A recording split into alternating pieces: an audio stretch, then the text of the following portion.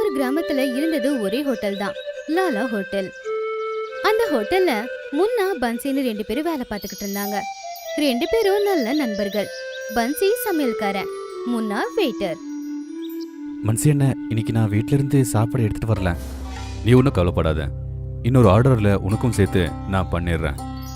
ஆனா பாத்துக்கோங்க, லாலா உங்களை எப்பவுமே பார்த்துக்கிட்டே இருப்பாங்க. இப்போ ஒரு லாலா கிட்ட நம்ம மாட்டிருக்கோமா, இன்னைக்கு மட்டும் என்ன புதுசா? 2 பேரும் அவங்கவுங்க வேலைய பார்க்க ஆரம்பிச்சாங்க. பன்சி அடுத்த ஆர்டர்ல முன்னாக்காகவும் சேர்த்து சமைச்சான். அத பேக் பண்ணி அவனுடைய லஞ்ச் பாக்ஸ் பக்கத்திலேயே வச்சுட்டான். அதுக்கப்புறம் லஞ்ச் டைம் ஆனதுமே பன்சி முன்னா 2 பேருமே ஹோட்டலுக்கு பக்கத்துல இருக்கிற ஒரு மரத்துக்கு கீழே போய் உக்காந்துட்டாங்க. 2 பேரும் தினமும் அந்த மரத்துக்கு கீழே உக்காந்துதான் சாப்பாடு சாப்பிடுவாங்க. மன்சி அண்ணே, எனக்காக என்ன எடுத்துட்டு வந்திருக்கீங்க? உனக்கு பிடிச்ச கொண்டக்கடலை அப்புறம் பரோட்டா. அடேங்கப்பா, நீங்க பண்ண கொண்டக்கடலை மசாலா அப்புறம் பரோட்டா ரொம்ப அருமையா இருக்கும். சரி கொடுங்க, ரொம்ப பசிக்குது. ஆஹா சாப்பிடு, உனக்காக தான் நான் பண்ணிருக்கேன். முன்னா பன்சி 2 பேருமே வயிறு நிறைய சாப்பிட்டாங்க. லாலா கிட்ட சம்பளத்தை ஏத்தி கொடுக்க சொல்லணும். இந்த சம்பளத்தை வச்சுட்டு வீட்டு செலவு பார்க்கறது ரொம்ப கஷ்டம். எனக்கும் தான், எங்க அம்மா என்கிட்ட சொல்லிக்கிட்டே இருக்காங்க, இந்த வேலையே விட்டுருன்னு. சரி சரி, இன்னைக்கு நாம இதை பத்தி லாலா கிட்ட பேசலாம். முன்னா பன்சி 2 பேருமே லாலாவை பார்க்க போனாங்க. லாலா அண்ணே, இந்த சம்பளத்துல குடும்பத்தை ரன் பண்றது ரொம்ப கஷ்டம். கொஞ்சம் நீங்க சம்பளத்தை ஏத்தி கொடுத்தா கொஞ்சம் நல்லா இருக்கும் 2 பேருக்குமே. நான் இங்கே கோடிக்கணக்காக சம்பாதிக்கிற மாதிரி நீங்கள் என்கிட்ட வந்து உங்களோட சம்பளத்தை ஏற்றி கொடுங்கன்னு கேட்டுக்கிட்டே இருக்கீங்க. இங்கே டெய்லி லாபமே கம்மி ஆகிக்கிட்டே இருக்கு. இப்படி இருக்கும்போது எப்படி சம்பளத்தை அதிகமாக கொடுக்குறது? கொடுக்குற சம்பளத்தில் நீங்கள் வேலை பார்க்குறதா இருந்தால் பாருங்க, இல்லைன்னா வேற இடத்துல நீங்கள் பார்த்துக்கோங்க. லாலாவோட பதில கேட்டு முன்னா பன்சி 2 பேருமே ரொம்பவும் வருத்தப்பட்டாங்க. அதுக்கப்புறம் 2 நண்பர்களும் வேலையை முடிச்சு வெளியே வந்தப்போ பன்சி இந்த மாதிரி சொன்னான்.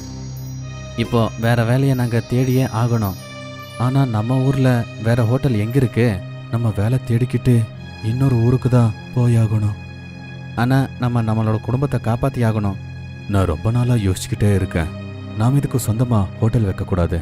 நீ எனக்கு உதவி பண்ணா நம்ம கண்டிப்பா நம்மளோட ஹோட்டலை நாம திறக்கலாம். மற்றவங்களோட கீழே நம்ம வேலை பார்க்கவே தேவையே இல்லை. ஆனா ஹோட்டல் நடத்துறதுக்கு நம்ம வாடகைக்கு இடத்த எடுக்கணும். அவ்வளோ காசு நம்ம கிட்ட எங்க இருக்கு? அதுக்கும் என்கிட்ட ஒரு ஐடியா இருக்கு. முன்னா பன்சிய ஒரு மைதானத்துக்கு கூட்டிட்டு போனான். அங்க மைதானத்துல ஒழிஞ்சு போன ஒரு பழைய பிளேன் இருந்துச்சு. பிளேன்ல சில பொருட்கள் இருந்துச்சு, சில பொருட்கள் மாயமாச்சு. அந்த ஊர் பசங்க அடிக்கடி அங்க வந்துதான் விளையாடிட்டு போவாங்க. இது நம்மளோட ஹோட்டலா மாறலாம். இந்த இடத்துக்கு நம்ம வாடகை கொடுக்க தேவையில்லை, நமக்கு செலவும் இல்லை. நாம இந்த இடத்த நல்லபடியா சுத்தமாக்கினா போதும். நான் இதை கடந்த 1 மாசமா யோசிச்சுக்கிட்டே இருக்கேன். இதால நமக்கு நல்ல லாபம் கிடைக்கும். உங்க ஐடியா நல்லா தான் இருக்கு. அப்புறம் என்ன, அக்கப்பக்கத்துல எங்கேயும் ஏரோப்ளேன் ஹோட்டல் இல்லவே இல்லை. கண்டிப்பா. அப்படின்னா நாளையில இருந்து நம்ம வேலையை ஆரம்பிக்கலாம். ஆமா ஆமா, இனிமே நாம தான் ஓனர்ஸ். வர்ற லாபத்துல 2 பேருமே பாதி பாதி எடுத்துக்கலாம். அவங்க 2 பேரும் சந்தோஷமா இருந்தாங்க. சீக்கிரமாவே அவங்க ஹோட்டல் ஓபன் பண்ண போறாங்கன்னு. இனிமே யார்கிட்டயும் வேலை பார்க்க வேண்டிய அவசியமே இல்ல. அடுத்த நாளே முன்னா பன்சி 2 பேருமே ஏரோப்ளேனை கிளீன் பண்ண ஆரம்பிச்சாங்க. கொஞ்ச நேரத்திலேயே அந்த ஏரோப்ளேன் பளபளக்க ஆரம்பிச்சது. அந்த ஏரோப்ளேன்ல ஏற்கனவே சேர்ஸ் இருந்துச்சு. பன்சி அப்புறம் முன்னா சில டேபிள்ஸ் மட்டும் ரெடி பண்ணி வச்சாங்க. அடுத்த நாளும் இதே வேலை தான் நடந்துகிட்டு இருந்துச்சு.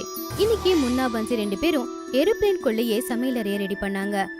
2-3 நாள் கஷ்டப்பட்டதுக்கு அப்புறம் அவங்களுடைய ஏரோப்ளேன் ஹோட்டல் இன்னைக்கு ரெடியா இருந்துச்சு. நாம நாளைக்கே ஆரம்பிச்சிடலாம். சரி சரி, நான் இப்பவே போய் கிராமத்துல எல்லாருக்கிட்டையும் சொல்லிட்டு வரேன். அதே அப்படி கண்டிப்பா சொல்லணும். ஏரோப்ளேன் ஹோட்டல் நார்மலான ஹோட்டலா? சொல்லு பார்க்கலாம். ஆமா ஆமா, இத பார்த்து நிறைய பேர் வருவாங்க. சாயந்தரம் முன்னா ஒரு மைக்கு பிடிச்சுக்கிட்டு ஊருக்கு நடுவுல போய் நின்னுக்கிட்டு இருந்தான். கேளுங்கப்பா கேளுங்க, நம்ம ஊர்ல முதல் முறையா அக்க பக்கத்துல இல்லாத ஒரு அற்புதமான ஹோட்டல் திறக்க போகுது. ஆமா, ரொம்ப அற்புதமான ஒரு வித்தியாசமான ஹோட்டல், ஏரோப்ளேன் ஹோட்டல்.